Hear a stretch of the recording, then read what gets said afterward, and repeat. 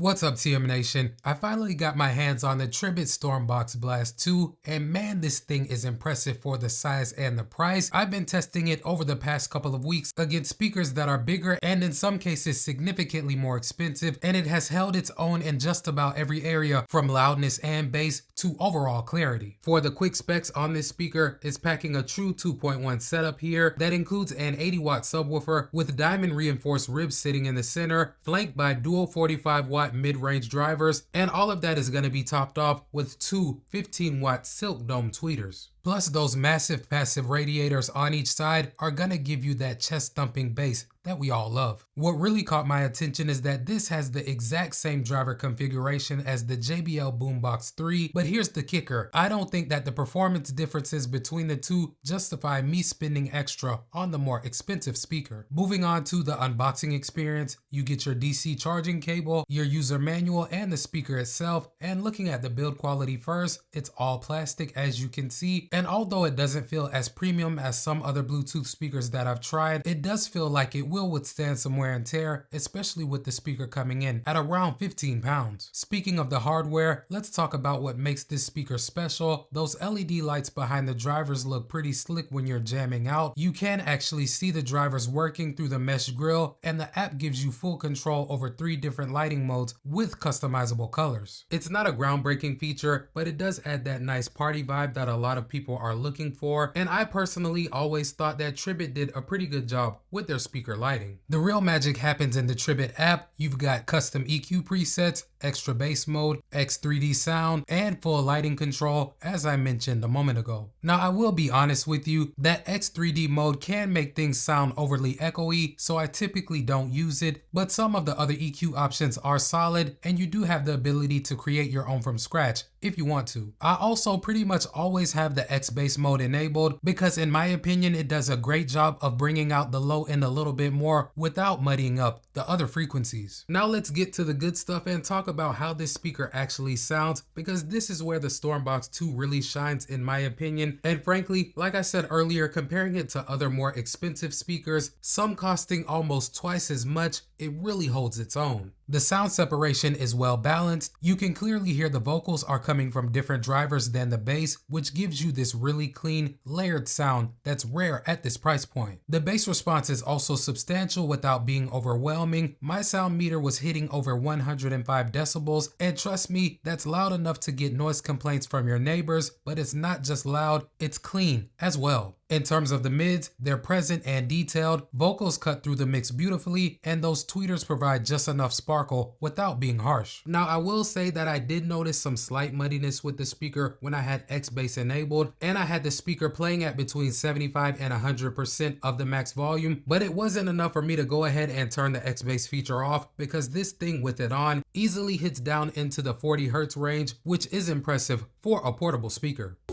already told you I'ma blaze my path. Really with me couldn't take my star. Once comes to you don't see it going far. Do you think about parts? Are you pissed the way you are? Would I hold you in my arms when I could have brought attention? Is it petty if I mention that I rode a wee with a Benson? Now I'm chief and forget them, trust me, it gets like that. Yeah, and nobody gonna tell it like it is. Cause nobody gonna tell it like it is. So I'll be showing them the way. Living by example, put my life on display. We was 13, playing with a ratchet and some ratchet. Side of town with a girl rapid, or we had to grow. On the need to know unless I'm had to know. Posing for the cameras like you try and get an action role. I'm beneficial, you ain't beneficial to me, boy. Country bunkin' boony boy, praying like a Sunni boy.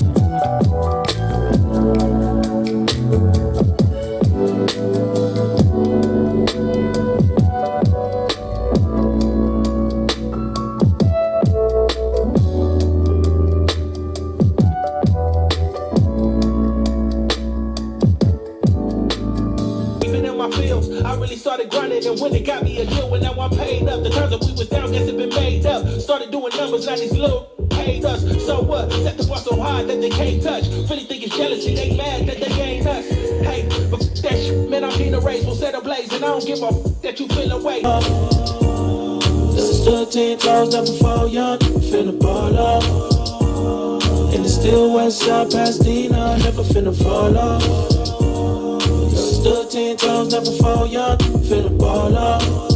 Battery life is another standout feature. Tribit claims 30 hours of playback, and while that's going to be only achieved at about 50% volume, with X bass and the lighting off, being able to get around 15 hours of use on a charge using the lighting modes and using the speaker at higher volumes occasionally is still really respectable for the price. It's also worth noting that you do have dual charging capabilities with this speaker too. The AC adapter is going to be for faster charging, allowing you to juice the speaker up in about 5 hours, whereas if you want to use USB Type-C, it's gonna take significantly longer at about 12 hours, which is a bit of a bummer. Other than that, this speaker is IP67 water resistant, which means that you can take this thing pretty much anywhere and not be worried about it getting wet. That includes pool parties, beach trips, camping. It's essentially built to handle whatever you throw at it. But here's one thing that really impressed me during testing. I've played this speaker for several people who are not audio enthusiasts, and pretty much everyone had the same reaction, which was shock at how good this thing sounds from a company that a lot of them had never heard of before. But the easiest way for me to describe the sound stage is that it's wide, the imaging is surprisingly good for a mono speaker, and it's able to fill a medium to larger size room like a larger bedroom or standard sized living room with no issues. Comparing it to other speakers in its class, such as the W King X20 and the JBL Boombox 3, it easily hangs with them in most areas. Now let me tell you guys about a few potential downsides, because no speaker out there is gonna be perfect. First, it does not have a built-in microphone for voice calls, so you cannot take or make voice calls directly from it. And I also wish that it had faster USB Type-C charging, because waiting 12 hours for it to charge via USB Type-C is pretty painful